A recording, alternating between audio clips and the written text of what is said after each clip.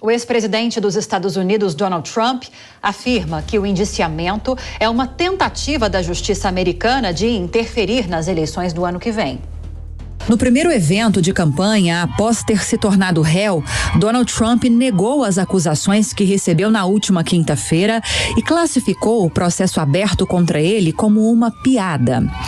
As declarações foram feitas por Trump durante uma convenção do Partido Republicano em Columbus, na Geórgia, neste sábado.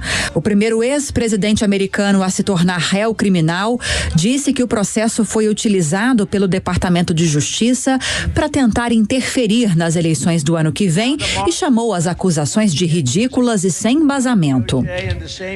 A acusação ridícula e sem fundamento feita contra mim pelo Departamento de Injustiça Armada do governo Biden será considerada um dos abusos de poder mais horríveis da história de nosso país.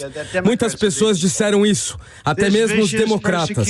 Essa perseguição cruel é uma farsa da justiça. Na última quinta-feira, Trump recebeu 37 acusações por 7 crimes federais. No caso dos documentos sigilosos que foram retirados da Casa Branca e encontrados em residências particulares do ex-presidente. No evento deste sábado, o republicano disse que o atual presidente americano, Joe Biden, quer tentar prendê-lo por ser o principal adversário político na disputa de 2024.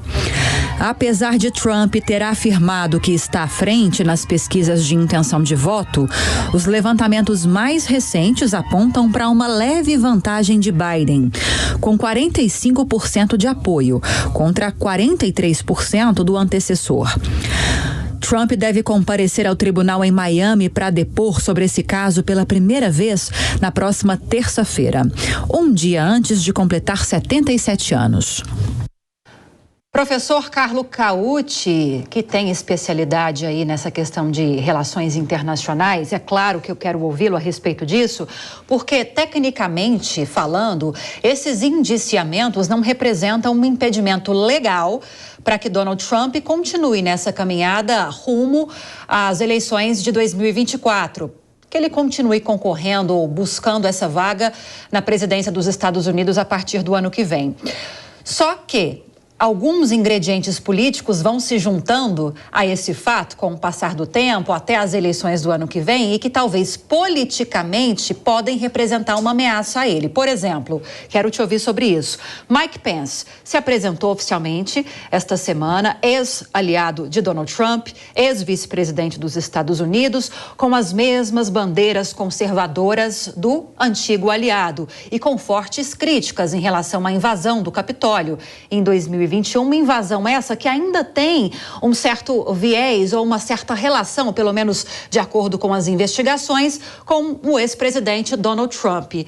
Até que ponto esses indiciamentos e esses novos elementos que vão surgindo, novos candidatos que vão aparecendo, podem ameaçar esses planos de Donald Trump? Lívia, é como você falou, de fato, a maior ameaça para uma candidatura de Donald Trump não são esses processos que, de fato, são inconsistentes, cá entre nós. Essa questão dos documentos secretos, sigilosos, que teriam sido encontrados em sua residência particular, é só analisar um pouco os autos, aqueles que são públicos, porque ainda está boa parte sob segredo de justiça. São 13 mil documentos encontrados na casa do ex-presidente, apenas 100 teriam sido sigilosos. Então, já começa por aí. E outra, poucos dias depois que encontraram esses documentos na casa de Donald Trump, encontraram também na casa de Joe Biden, porque é absolutamente normal para um presidente da República dos Estados Unidos levar documentos para casa, dossiês para estudá-los, não estando no estúdio oval da Casa Branca, mas também nos finais de semana, etc. É absolutamente normal. Então, isso é de fato é uma acusação que todo mundo sabe é inconsistente, é apenas uma tentativa de ganhar os holofotes da mídia para tentar jogar descrédito no Trump, o que não está surtindo nenhum efeito, como a gente viu. Temos uma pequena vantagem de Biden também, as pesquisas muitas vezes são favoráveis aos democratas nos Estados Unidos, como aconteceu em 2016, por exemplo.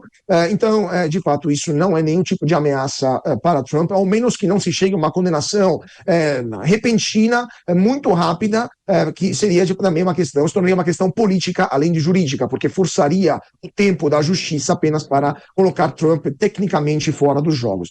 Mas é como você falou no começo, Elira, o maior perigo não está nesse processo, está na concorrência, que é muito bem-vinda, por sinal, porque dá oxigênio também a um partido republicano que está tentando também ganhar um novo protagonismo na política dos Estados Unidos e também ganhar uma nova identidade. No caso, além de Mike Pence, que tem como, por seu lado, uma experiência forte como ex-presidente do próprio Trump, e também tem uma imagem um pouco mais legalista, vamos dizer assim, porque ele condenou imediatamente os ataques, né, os ataques do dia 6 de janeiro, lá no Capitólio. No caso, acho o caso mais perigoso é o caso do governador da Flórida, do Ron DeSantis, que tem por sua vantagem o fato de ser muito mais jovem, ele tem mais de 30 anos, quer dizer, tem menos 30 anos do que o Donald Trump, então ele tem mais vigor, tem mais força e tem mais capacidade de se comunicar com as camadas mais jovens do eleitorado americano, que tradicionalmente votam mais para o Partido Democrata. Mas também, por seu lado, o Ron DeSantis, ele é um conservador muito sólido, um conservador com ideias muito claras e muito fortes contra, por exemplo, a teoria da lacração, a teoria woke, né, a ideologia woke dos Estados Unidos. Ele ganhou as eleições na Flórida de lavada em cima do candidato democrata, justamente começando uma cruzada quase contra essa doutrina, né, essa ideologia, não sei nem como defini-la, porque não tem nenhuma base intelectual sólida para chamá-la de doutrina, ideologia, ou até mínimo pensamento minimamente racional. E isso poderia ser a sua base eleitoral para uma projeção, que ele já ganhou, por sinal, uma projeção nacional nos Estados Unidos. Então, Ron DeSantis é a maior ameaça para a candidatura de Donald Trump, e tem muita gente dentro do Partido Republicano que torce para ele.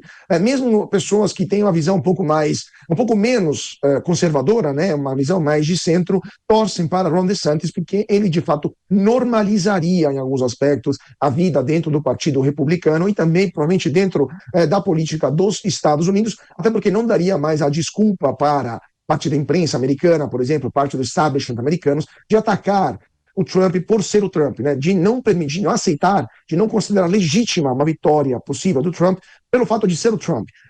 Se Ron DeSantis ganhasse a eleição primária do Partido Republicano, essa desculpa cairia. E aí, se ele ganhasse a presidência dos Estados Unidos, não teria mais essa arma intelectual de parte da oposição dentro do establishment americano de não aceitar o voto para um candidato republicano. Então, vai ser um desafio muito interessante, e o Trump, que se cuide, ele vai ter que afinar um pouco mais o discurso e tentar angariar outros setores do eleitorado americano. Mesmo se, e termino, o Trump continua sendo o candidato mais forte dentro do Partido Republicano.